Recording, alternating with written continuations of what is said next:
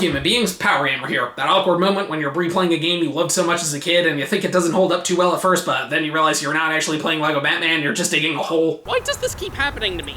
Lego Batman, one of the greatest heroes in the world, now in plastic form. The third entry in the primary series of Lego games, Lego Batman was a game that touched the hearts of millions everywhere, myself included, though not quite as much as the earlier Lego titles. Once again, it was developed by Traveler's Tales, however, since this property was owned by a different company, it was published by Warner Bros. Interactive Entertainment instead of LucasArts. The earliest build of the game was shown off at certain press conferences for the PlayStation 2, and it was primarily based on Lego Star Wars 2. DC Comics was heavily involved with the production of this game as they provided a lot of reference material for the various characters, which makes sense since Batman will require a bit more research than Star Wars or Indiana Jones. And interestingly, this game was developed alongside Lego Star Wars The Complete Saga as well as Lego Indiana Jones. Thank God that didn't go horribly wrong. Lego Batman the video game was released for the Wii, PS3, PS2, Xbox 360, and PC, plus a DS and PSP version on September 23rd, 2008 in North America, with Europe and Australia getting it in October of that year. Reception was quite positive upon its release, though not quite as much as the previous titles, it still did pretty well. Sales-wise though, it did even better than Lego Indiana Jones, with a whopping 12 million total copies sold. Remember how I said I absolutely loved Lego Indiana Jones as a kid? Well, I loved Lego Batman even more. I played a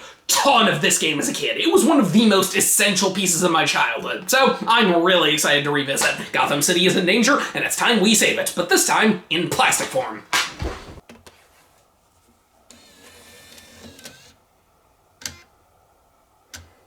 We get this awesome opening cutscene that's an homage to the opening of the animated series, which is super cool. I never skipped this scene as a kid because even back then I knew it was awesome. Since this game is more based on a property than a specific movie series, we actually have an original story this time as opposed to the last two Lego games. Several supervillains have launched a massive prison break from Arkham Asylum, led by three of Batman's greatest foes, the Riddler, the Penguin, and the Joker. Gotham City is thrown into chaos, so Commissioner Gordon is forced to call upon Batman and his sidekick, Robin. The villains split into three separate groups led by one of the head honchos, each with their own master plan. The Riddler's group, which consists of Two-Face, Mr. Freeze, Clayface, and Poison Ivy, are attempting to rob Gotham's gold reserve, but first they need tools to break in. The Penguin's group, which consists of Killer Croc, Bane, Man-Bat, and Catwoman, have placed several robotic penguin minions around the city in an attempt to cause chaos, and the Joker's gang, which consists of the Mad Hatter, the Scarecrow, Killer Moth, and Harley Quinn, are wreaking havoc on the city by releasing Joker's laughing gas and going after some of the most prominent people. While the story is quite simple, it's impressive they're able to convey so much with no dialogue. Once again, everything is told through character expressions and simple mumbling. The game's still filled with the same type of humor as the other Lego games, and it's once again hilarious. Plus, I love how it takes elements from multiple pieces of Batman media, including the comics, the films, and the TV shows. Each gang even has its own distinct theme to which villains are in them. Riddler's gang is the ones from the Schumacher films, plus Clayface. Penguin's gang are all animal-themed, plus Bane. And Joker's gang are all prominent characters in the animated series, plus Killer Moth. It's really interesting how this is the first time one of the modern Lego games has an original story to it, and I think it does it pretty well. Presentation-wise, it's about the same as Lego Star Wars and Indiana Jones. Graphics and character models are pretty solid, and the animations are great. Batman is a lot darker than those other series, and I mean that literally, but thankfully the game works around that, so you'll never have trouble seeing anything. The music is once again a blend of original and pre-existing songs, and like I said, it uses songs from both the films and shows, which is really admirable. The gameplay is relatively unchanged. It's a platformer with a heavy emphasis on puzzles, and the entire thing can be played in co-op. You collect studs for money, die in 4 hits, but respawn instantly, and most of the puzzles are solved by breaking and building stuff. The key difference between this and the other games is the characters. In Star Wars and Indiana Jones, you had a bunch of different characters to play as, all with different sets of skills. Here you can do that, but as you go through the main story, you only play as Batman and Robin. You still unlock free play mode, where you can play as a variety of characters, but for the most part, it's just these two. Stories-wise, this makes total sense, but from a gameplay perspective, we don't have as much variety in the puzzles as we did previously. Not to mention that the two characters are exactly the same by default. Both Batman and Robin can throw batarangs to hit obstacles and enemies, use the bat grapple to reach higher areas, and this game even switches up the combat a bit by letting you grab enemies with the Z button to take them out instantly. The only thing that sets Batman and Robin apart are in appearance. Batman punches grabbed enemies while Robin spins and throws them. Robin can do backflips while Batman can't, and when walking on wires, Batman crawls underneath them like a bat while Robin walks on top of them like a tightrope. This probably sounds disappointing, but thankfully the game is still able to have a wide variety of puzzles, and it's all thanks to the suits. Because there's only 2 characters to play as in the story, they added a handful of suits you can use by building one of these pads. The suits are what really set Batman and Robin apart from each other since they can only use the ones tied to them. There's 8 total, 4 for each of them, and you unlock them as you go throughout the game. They're only available at specific points, and you can switch back if you want, but there's never a reason to. You'll almost always be using one suit at a time, and if you need a different one, they'll just give it to you. Batman has the demolition suit, which lets you place up to 3 bat bombs to blow out metal objects, the heat protection suit, which lets you enter hot areas and it's only mandatory in one level, the glide suit, which lets you glide for a few seconds, and the sonic suit, which lets you use sonic waves to shatter glass. Robin has the technology suit, which lets you use these panels to operate tiny vehicles, the magnet suit, which lets you walk up metal surfaces, the water suit, which lets you sink to the bottom of water, and the attract suit, which lets you suck up these tiny Lego pieces and put them in these things to build new objects. The suits are easily one of the most important aspects of this game, since they add more variety to the puzzles, help Batman and Robin stand out from each other, and play into the idea that Batman's greatest skill is his variety of gadgets. Collectibles once again play a big part in this game. We have all the same ones from LEGO Indiana Jones here and accounted for. The mini-kits, which look like the same as they did in LEGO Star Wars, only they're black and have the bat symbol on them, don't really have much of a theme. They just build something that vaguely ties into the level. The red bricks that unlock extras are back to normal, which is great. I'm glad they got rid of that stupid mailbox thing. And the stud meter is now referred to as Superhero. I could have sworn it was True Hero, but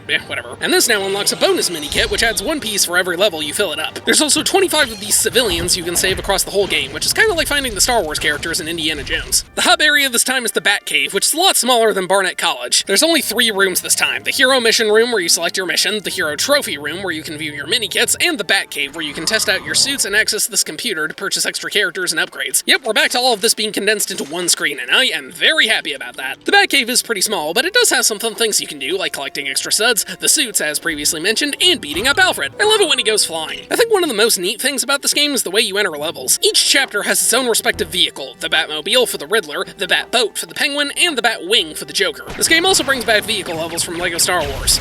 Lovely. Because you're facing off against a massive rogue gallery of criminals, every single stage ends with a boss fight, and some of them are more interesting than others. And before each stage, you get this little bio on whichever character you're fighting, which I think is pretty cool. Aside from the suits and minor combat changes, this game isn't too drastically different from LEGO Star Wars or LEGO Indiana Jones, at least in terms of the story mode. Free play mode works the same as previously. There isn't as much character variety, so the main thing is it gives you access to every single suit, which is kind of annoying since they each have their own spot, meaning you have to keep cycling. We also have windows, which require you to be playing as a criminal to access, and thankfully they don't blow you up this time. Since there isn't much left to add, it's time to go villain hunting. There's 3 chapters like in Indiana Jones, but only 5 stages per chapter instead of 6. Starting with Chapter 1, The Riddler's Revenge. The Riddler assembles his team and tells them they're gonna break into the gold reserve, but they need 4 things to do it. A freeze cannon, seeds that grow giant vines, a super laser, and a key. Level 1, you can bank on Batman. Riddler takes Clayface to a bank, so Batman and Robin go to stop him. This is a pretty simple first level. You're just going down the street fighting goons and henchmen. It ends with a fight against Clayface. You just punch him, blow up this wall, and then make these things spray him. He's captured, but Riddler escapes with the key, and he leaves behind a riddle for Batman and Robin. Level 2, an icy reception. We report to an old ice cream factory where the cops are frozen in blocks of ice. As you'd expect, this level has a lot of ice-themed puzzles. We find Mr. Freeze, who tries to freeze you, but then he runs away, and you have to destroy this giant fan and then drop this ice block on him. He gets knocked out, but Riddler escapes with the freeze cannon, leaving behind another riddle. Level 3, Two-Face Chase. Riddler rides off with Two-Face in his truck, and Batman and Robin pursue him. This is our first vehicle level with Batman in the Batmobile and Robin on the Batcycle. They're pretty much the same thing. You have to shoot these trucks and drag them over to the Bat symbol where they're captured by cops. In the end, you fight Two-Face's armored truck, which is the same thing, only you do it 3 times. I've seen slugs more exciting than that car chase. The truck is wrecked, but Two-Face runs off and Riddler escapes with the help of Poison Ivy, leaving a leaf as another clue. Level 4, a poisonous appointment. They head back to the Batcave and discover the leaf comes from a botanical garden. Obviously, this level is a lot of plant-based puzzles, and it's the only time in the game you use the heat protection suit. Plus, there's even some plant enemies. It, of course, ends with a fight against Poison Ivy, who grows these giant monster fly traps. They try to eat you and spit out seeds that grow plant minions, and you want to wait until you can build these bombs to blow them up. Then it's just a round of happy slaps. Ivy tries to seduce Robin, but Batman snaps him out of it. I mean, I know she's plastic, but I would have gone for it. The Riddler gets away again, leading to level 5, the face-off. Batman assembles the clues and realizes they're after the gold. So we need to break into the vault ourselves, and once we do, we find Two-Face. You just need to get over this toxic waste so you can punch him. He runs into the vault, and after this jumping sequence, you fight him and the Riddler. Two-Face you just keep punching while getting shot at, and Riddler you bust open these things to build a shield to bounce his shots back,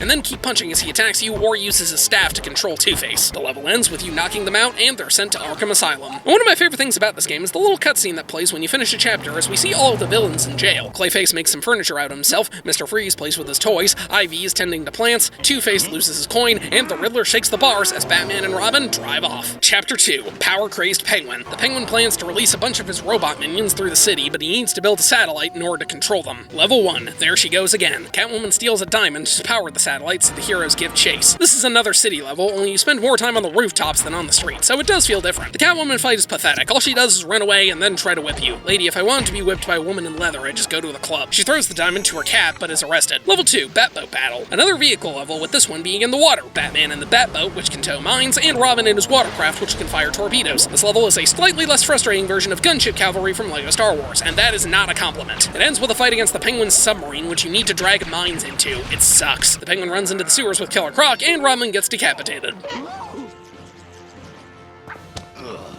God, I love kids' games with a morbid sense of humor. Level 3, Under the City. It's a generic sewer level where you go through pipes and watch for gators. Gross. The fight with Killer Croc is lame. You punch him, he runs into the waste to throw stuff at you, and then you punch him again. Hey, it's still a better fight than in Arkham Asylum. Imagine that. He drops a pamphlet for the Gotham Zoo, giving our pals a hint. Level 4, Zoo's Company. The zoo is a much more interesting location since we have both snowy habitats and watery ones. Fun level. You can even go on a kiddie ride, just like I always wanted. It ends with a fight against Man-Bat. He flies around dropping bombs, and you have to build this thing to release a loud noise which hurts his ears. Level 5, Penguin's Lair. They chase down the Penguin's minions and find him in this cave along with Catwoman? I thought we captured her. Whatever. Penguin sends his minions at you, and you have to use this thing to redirect them into these generators. Then Catwoman attacks you, and you hit these things with batarangs to hurt the Penguin. After a while, he jumps down and uses an umbrella to glide and shoot you. Eventually, you take him out and destroy the satellite, which causes the robot minions to self-destruct. We go to Arkham, and I feel like we've forgotten something. Oh right, Bane! Yeah, you don't actually fight Bane. He contributes nothing to the story, and he's the only villain that doesn't get a buyout. Anyways, Bane tries to break out, Croc tries to bite out, Man-Bat reads upside down, Catwoman grooms herself, and Penguin reaches for freedom as Batman and Robin sail away. Chapter 3, The Joker's Return. Joker's gang is playing cards when he shows them his laughing gas and the places they're going to target, with the top one being the Gotham Cathedral. Level 1, Joker's home turf. In the Batcave, Batman sees surveillance footage of Joker's base, while Robin tries to bring along a nuke that he ends up leaving. I guess some days you can get rid of a bomb. We arrive and it's filled with toxic waste, so you need to use this hovercraft to suck it all up. Yeah, this game has a weird obsession with toxic waste. After trekking through this factory, we fight the Mad Hatter. Drop him in this toxic waste and he controls one of your brains, so you need to use the other one. We get him, but Joker escapes. Level 2, Little Fun at the Big Top. Joker and Harley have captured Commissioner Gordon and plan on torturing him unless Batman comes to the rescue. This level is in a carnival, which is fun. I love all the different rides. In the end, you fight Harley Quinn. She jumps around and backflips away from you, but after a while she gets dizzy, which is prime punching position. Then Robin deals with her while Batman frees Gordon. Oh, you know stuff's getting real when the gator comes out. Level 3, Flight of the Bat. Scarecrow begins dropping bombs of his fear gas, so we gotta chase him. It's another vehicle level with this one in the sky. Batman in the Batwing, which fires missiles, and Robin in the Batcopter, which can pick things up. This level stinks. It's not always clear what the objective is, towing things around is annoying, and these stupid bombs never stop. It sucks. And on top of all that, the fear gas really works, because my worst fear came true.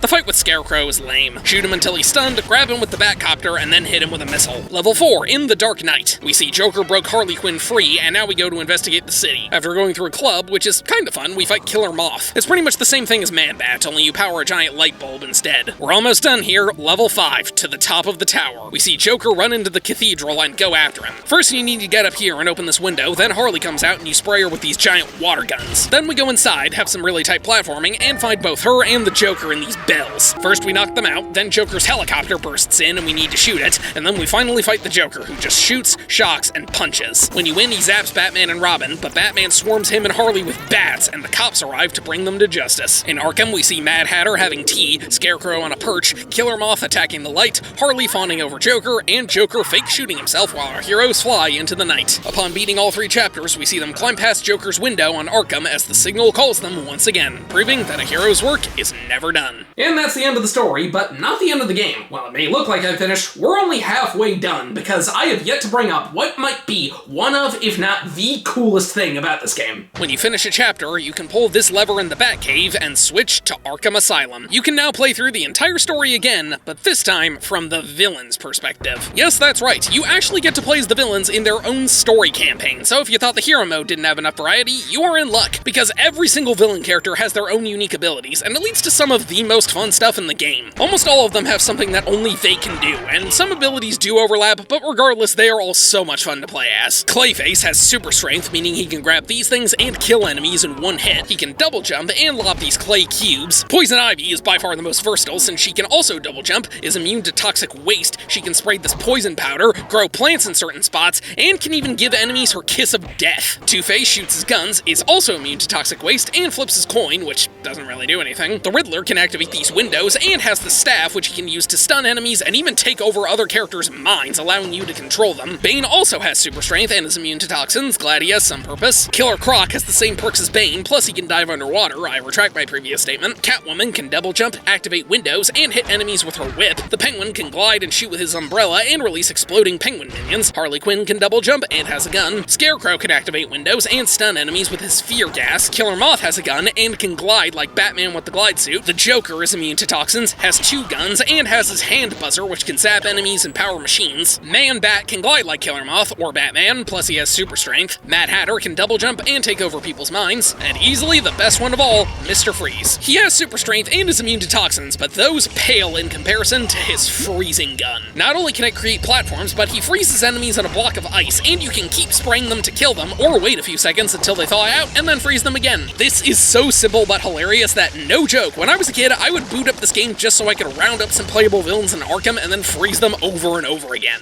Honestly, as a kid, I like playing as the villains even more than playing as the heroes. Not only do they add a lot more variety to the puzzles, but as fun as Batman is, the villains' powers are just way more unique and interesting. Arkham Asylum is the hub for the villains, which has about the same amount of areas. Arkham Asylum, the central area where you can switch back to the Batcave and hack the computer to buy stuff. The Villain Mission Room, where you access the missions via the boss vehicle. The Villain Trophy Room, where you look at the mini-kits. The Maximum Security Area, which is just for show. And the Experiment Room, where you can make your own custom character, as is tradition. And here's mine. I present to you, Jodum. Even with the villains, there aren't as many playable characters in this game as Lego Star Wars or Indiana Jones, but I don't mind that much since most of those characters did the exact same thing as each other, while here there's a lot more variety and skills, which is great. And while having a second campaign is pretty cool, most of the level themes are repeated. The only other differences between playing as the villains versus heroes is name only. The stud meter is now super villain instead of superhero, obviously, and instead of a character bio, we get a message from the main villain to the other one they're working with, which is just as charming. And with that settled, let's move on to the second half of the levels. Once again, it's split into 3 chapters with 5 levels. Each one has you play as the main villain of the chapter, and the other one changes with each level, mostly. The chapters all have the same names and opening cutscenes as the other ones, so there's no need to get into that. Our first level is The Riddler Makes a Withdraw. The Riddler and Clayface break into the bank to steal the key. Honestly, not much to say about this level. It starts in a parking garage and then moves to the street. They get the key, but Clayface gets distracted by some gold, so Riddler leaves him. Level 2, On the Rocks. Riddler and Mr. Freeze head to his old ice cream factory to pick up the freeze cannon. It's an ice-themed level, like in the hero story, only it now ends with you hitting buttons. They get the cannon, but Mr. Freeze notices his old army of freeze girls and lets them out. Level 3, Green Fingers. Riddler and Poison Ivy sneak into a botanical garden to get the vine seeds. This level's full of toxins and plants, and you even get to ride one. Whee! It ends with this really annoying room because the enemies never stop spawning. They find the seeds, and Ivy stays behind to lay in flowers. I think she likes these things a little too much, if you know what I mean. She wants to fight. Level 4, an enterprising theft. Two-Face and Riddler break into Wayne Enterprises to steal the super laser. This level's really cool since you're going through a large factory and it feels super unique compared to the levels in the hero story. This part towards the end is kind of stupid, but the rest of the level is great. They get the laser and test it out, which then leads to level 5, breaking blocks. It's time to finally pull off the heist. They use the freeze cannon to get across the water, the seeds to get up, and the laser ends up being useless. This level has you break into the vault while avoiding all sorts of traps. This part where you take over the helicopter is pretty cool, and it ends with you making a giant robot out of gold. Sweet. They use the key to break into the vault, and now they can reap their reward. And that's the end. Yeah, the villain stories don't have an ending, they just kind of stop. Whatever. Done with the Riddler, let's move on to the Penguin. Level 1, Rock and the Docks. Penguin and Bane head to the docks to pick up the satellite. This level, of course, takes place on the docks, and there's a couple of swimming sections, but aside from that, it's kind of forgettable. They get the satellite, but then the cops show up, so Penguin ditches Bane, causing him to have a tantrum where he knocks himself out. So that's why Batman didn't have to fight him. Level 2, Stealing the Show. Catwoman and Penguin go to steal the Gotham Diamond from the museum to power their machine. You start out on the rooftops and then sneak into the museum. I never figured out how to get past this part as a kid. It also has a boss against this police helicopter where you need to blow up the bombs, and by blow up, I mean blow up with a fan. And I just realized the Riddler's chapter has no boss fights. Weird. They get the diamond and escape the cops, but then Batman chases after Catwoman. Level 3, Harboring a Grudge. Catwoman is captured, so Penguin flees in the water with Killer Croc. Yep, this is another vehicle level. Penguin in his submarine, which can submerge and fire missiles, and Croc in his his Swamp Rider, which can go through toxic waste. It ends with a fight against this police watercraft, which requires you to shoot missiles and then aim a homing missile coming at you against it. It blows. We see Catwoman is locked up, but her cat brings her the diamond. Level 4, a daring rescue. Croc and Penguin go through the sewers to save Catwoman. Not Bane though, he's not worth it. It's pretty much just another sewer level, but it does have you build a gator and ends with you breaking into prison, so that's neat. They break out Catwoman and Penguin gives Croc the pamphlet, but he stays behind to fend off the guards. Level 5, Arctic World. We're in the zoo and Man-Bat goes to deal with Batman and Robin while Penguin and Catwoman head to the Arctic exhibit. It's a snow level with a lot of ice-themed puzzles, and in the end you have to use these lasers and levers to power the satellite. The machine is fired up and the Penguin minions are set loose throughout the city. Don't worry, they'll be fine. And no, there is no level in the story where you play as Man-Bat. If you want to play as him, you have to buy him in the store and then use him in free play mode. I don't know why Catwoman got 2 levels while he got none, but whatever. Alright, let's finish this. On to the Joker. Level 1, a surprise for the Commissioner. The Joker and Harley Quinn lure Commissioner Gordon into a trap at the carnival. This isn't that different from the last carnival level, except for the end where you fight Gordon, fend off the cops, and lure him down by using this crane to grab exploding teddy bears. That's a sentence I just said. Level 2, biplane blast. Joker and Scarecrow fly around the city to wreak havoc. Yep, it's another vehicle level. Scarecrow in his biplane, Joker in his helicopter. It's better than the last one, but still not good. It ends with a fight against this police attack helicopter, which you need to make these things shoot and then blast it. They swipe up a man who is proposing. He's fine. And then we reach level 3, the Joker's masterpiece. After crashing, they land in the Gotham Art Gallery and destroy as much artwork as possible. It's pretty fun. It ends with you having to use this crane to get across a gap, but then one of the guards uses it to grab Scarecrow. Thankfully, Joker escapes thanks to his laughing gas. Or, not thankfully, I should say. Level 4, the Lure of the Night. Joker meets up with Killer Moth, and they go through the streets to find Harley. It's another pretty generic level until the end where you hop in a giant robot to take out the cops. Hell yeah! Harley is freed, but Killer Moth stays behind to watch the light. It all ends here. Level 5, the Last Laugh. Joker and Harley make their way into the cathedral. Yeah, if you haven't realized it by now, the Mad Hatter doesn't have a level either. What is with this game? You gotta fight through the cathedral while taking out cops, do some tight platforming, and at the top you power up the Joker's machine. It ends with him and Harley doing a waltz before firing it up, and that makes 3 LEGO games in a row where the last level doesn't have a real final boss. Either way, we finished the game, and all that's left is a trailer for the upcoming Guinness World Records game. Random.